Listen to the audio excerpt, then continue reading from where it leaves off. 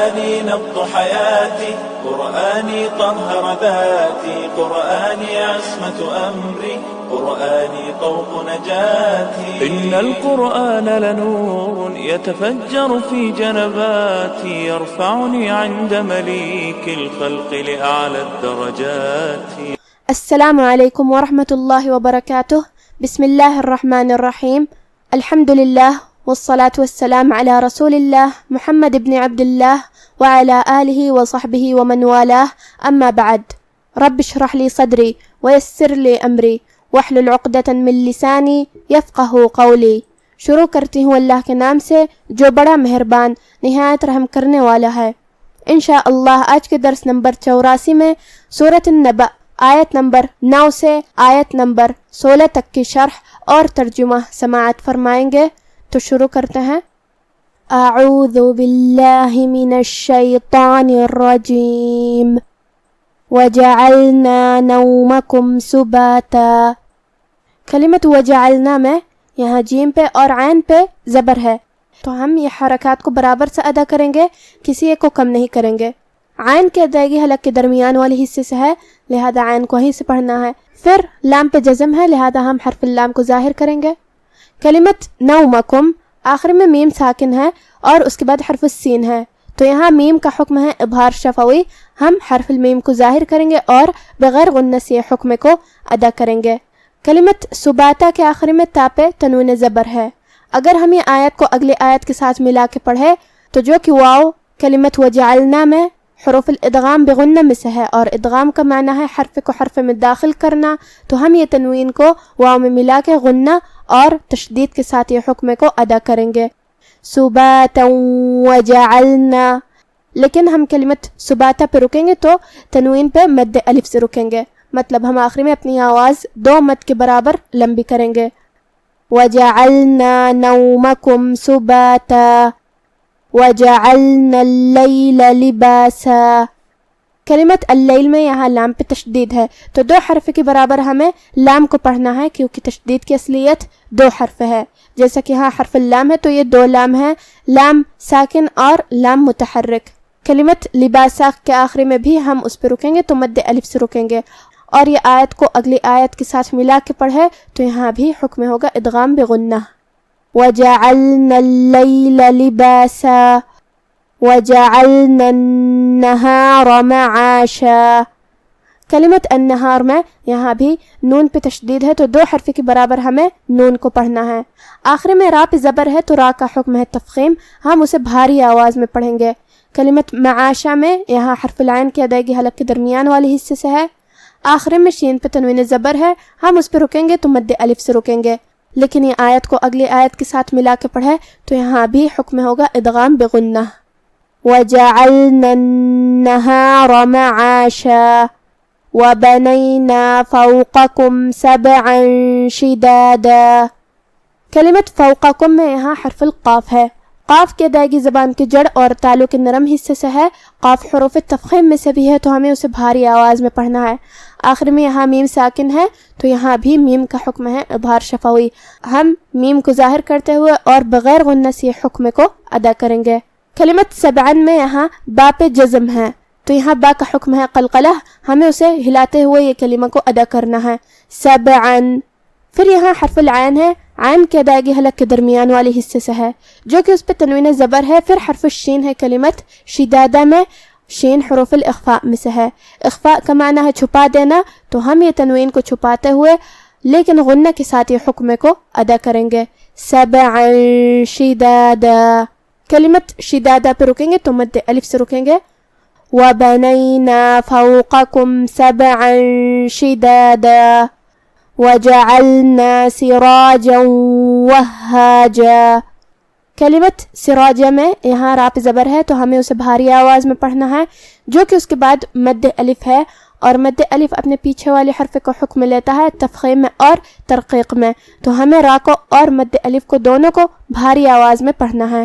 سراجہ جو کہ جیم پہ تنوین زبر ہے. پھر حرف الواو ہے کلمت وہاجہ میں، تو یہاں حکم ہے ادغام بغنہ، ہمیں تنوین کو واو میں ملا کے غنہ اور تشدید کے ساتھ یہ حکم کو ادا کرنا ہے. سراجا وہاجا.